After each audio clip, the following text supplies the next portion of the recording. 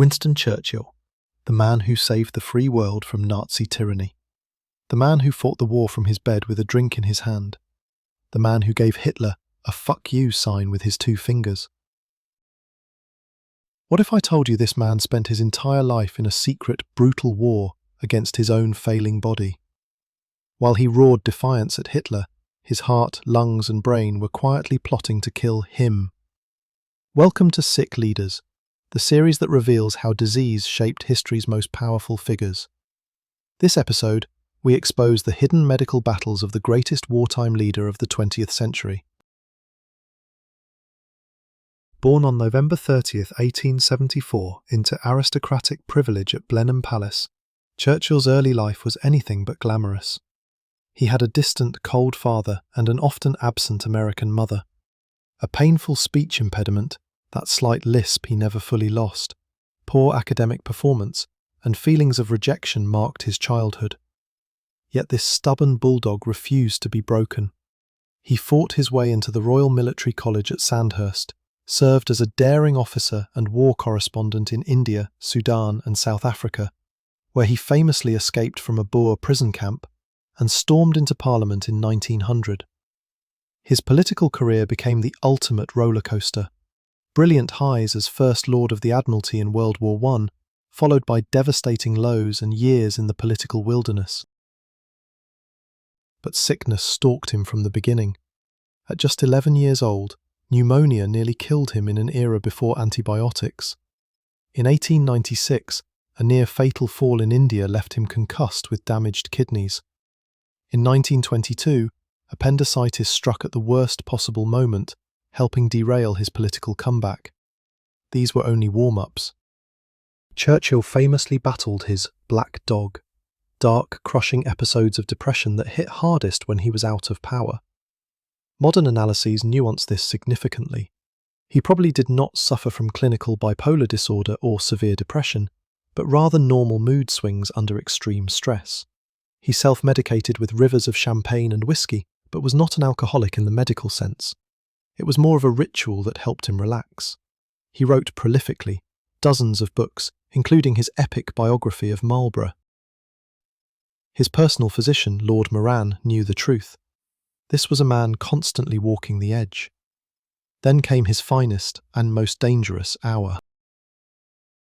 In May 1940, at age 65, Churchill became Prime Minister as Nazi tanks smashed through Europe. While the world heard the thunderous, "We shall fight on the beaches," few knew the man delivering those words was physically crumbling. He slept little, worked endlessly, and travelled constantly. In December 1941, during a White House visit, he suffered what was almost certainly a heart attack. His doctor covered it up. In 1943, after the Tehran conference, a savage bout of pneumonia in Tunis nearly finished him.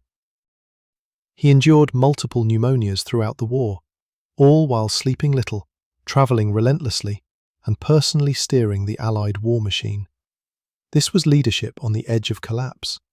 His body betrayed him again and again, yet his unbreakable will inspired a nation to stand alone against the Nazi onslaught. After victory, he shockingly lost the 1945 election. As leader of the opposition, he suffered his first stroke in 1949, a mild one that was kept secret. In 1951, he became Prime Minister again, now nearly 77 and no longer in peak condition. He led the government, but his health deteriorated. In June 1953, he suffered a major stroke which left him paralysed down his left side. Once again, the press and public were kept in the dark. Yet he stayed in office until April 1955, when he finally resigned in favour of Anthony Eden. The final decade was a medical horror show. Repeated strokes, a broken hip after a fall in Monaco in 1962, atrial fibrillation, jaundice, and endless infections. On January 24, 1965, after one final devastating stroke, the bulldog finally fell. He was 90. His state funeral was monumental, a last roar for a man who had stared down both Hitler and his own mortality. Churchill proves that catastrophic illness does not automatically disqualify greatness. His superhuman resilience in the face of heart attacks, deadly pneumonias, and strokes helped save Western civilization. But the story has a darker side: hidden medical crises, covered-up strokes, and a second term where his sharpness was clearly fading. When leaders conceal their frailty, democracy itself is put at risk. Winston Churchill was never a Superman. He was a flawed, broken, brilliant human being with a weak heart, battered lungs, and a rebellious brain, yet a spirit that simply refused to surrender. As he himself said, "Success is not final, failure is not fatal, it is the courage to continue that counts." And continue he did, against Hitler, against overwhelming odds, and against his own treacherous body. Did you enjoy this video, and would you like to learn more about how sick some world leaders were in the past?